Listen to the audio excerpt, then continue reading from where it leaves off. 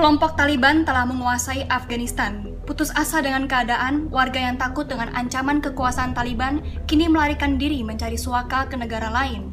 Namun, tingginya jumlah pengungsi asal Afghanistan menumbuhkan permasalahan baru, yaitu terkait penempatan mereka di negara yang mereka kunjungi. Di Indonesia saja misalnya, United Nations High Commissioner for Refugees atau UNHCR mencatat sebanyak 7.490 pengungsi asal Afghanistan dari total 13.416 pengungsi. Dalam kata lain, ada lebih dari sekitar 50% pengungsi di Indonesia yang asalnya dari Afghanistan. Padahal, status Indonesia hanya sebagai negara transit sebelum para pengungsi ini ditempatkan di negara ketiga alias resettlement.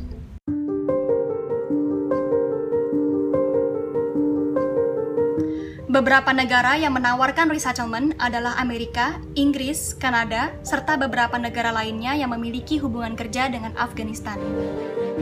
Korea Selatan misalnya, warga Afghanistan yang tiba di sana adalah mereka yang pernah bekerja untuk fasilitas milik Korsel. Jumlahnya ada sekitar 380 orang, yang lebih dari setengahnya adalah anak di bawah umur. Namun, Korsel menegaskan bahwa mereka bukanlah pengungsi, melainkan warga yang berjasa. Selain itu, Uni Emirat Arab juga bersedia menampung sementara 5.000 pengungsi Afghanistan sebelum diterbangkan ke negara lain. Tapi soal kemana, mereka masih menanti negara yang bersedia memberikan suaka. Tidak sedikit pencari suaka yang kini luntang-lantung menunggu nasib, bahkan bisa sampai tahunan. Banyak dari pencari suaka yang melancarkan aksi demo menuntut kepastian resettlement. यहाँ जो refugees more than 10 years या इंडिया में रहते हैं, इनका कोई basic facility नहीं है। यूएनएचसीआर जो इन लोगों का हक है इंटरनेशनल लॉ के हिसाब से, ये भी 10-15 साल से कुछ नहीं मिला इनके लिए। अभी हम ये रिक्वेस्ट कर रहे हैं कि जो इसी वॉर हालत में जो अफ़गानिस्तान में चल रहा है और वहाँ दोबारा रिटर्न होने का कोई चांस नहीं कोई अफ़गानी का, जो ये तालिबानी रेजिम आ गया है, इसके लिए हम सब यहाँ एक रिफ्यूजी स्टेटस चाहिए। Pasalnya, banyak negara yang juga keberatan dengan beban pengungsi ini.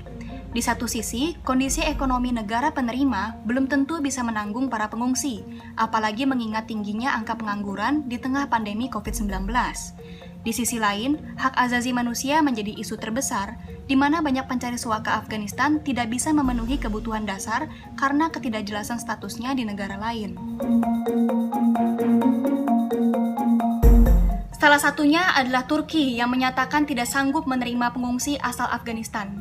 Turki sendiri saat ini sudah menampung 3,7 juta pengungsi asal Suriah dan sekitar 300.000 pengungsi asal Afghanistan. Bahkan banyak dari warga Turki sendiri yang juga kebingungan dengan banjir pengungsi asal Afghanistan ini. Di luar itu, negara yang menerima resettlement pun juga memiliki kuota terbatas. Pengungsi yang tidak mendapatkan kuota terpaksa harus menunggu dan tidak sedikit dari mereka yang akhirnya menggelandang di jalan. Lantas, tanggung jawab siapakah ini? Tentunya dalam konteks tanggung jawab secara legal standing, Indonesia tidak memiliki kewajiban untuk memberikan pelayanan sebagai warga negara seutuhnya.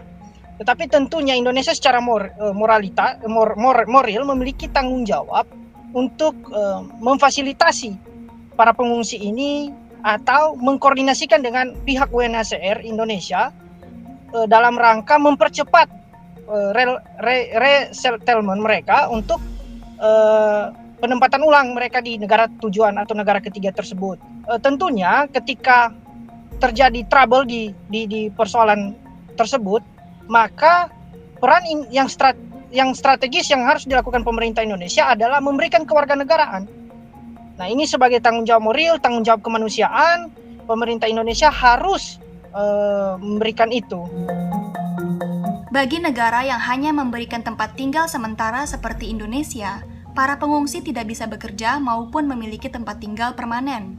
Pasalnya, Indonesia belum menandatangani Konvensi PBB tahun 1951 tentang status pengungsi atau Protokol 1967. Penanganan pengungsi dari luar negeri selama ini masih diatur dalam Perpres nomor 125 tahun 2016. Kalau misalnya mereka tidak memiliki kewarganegaraan Indonesia, maka hak-hak atau kewajiban sebagai warga negara secara hukum, mereka tidak akan mendapatkan misalnya pendidikan, akses ke pelayanan umum, bantuan sosial, ekonomi, dan beragam sektor lain mereka tidak akan bisa mengakses. Meski begitu, bukan berarti tidak ada solusi. Uni Eropa telah menggelar rapat pada 31 Agustus 2021 untuk membahas tentang pengambil alihan Taliban atas Afghanistan dan juga cara Eropa dalam menangani arus pengungsi serta migran. Harapannya agar para pengungsi bisa segera menjalani hidupnya normal di negara yang baru serta krisis kemanusiaan bisa dihindari. Thank you for watching.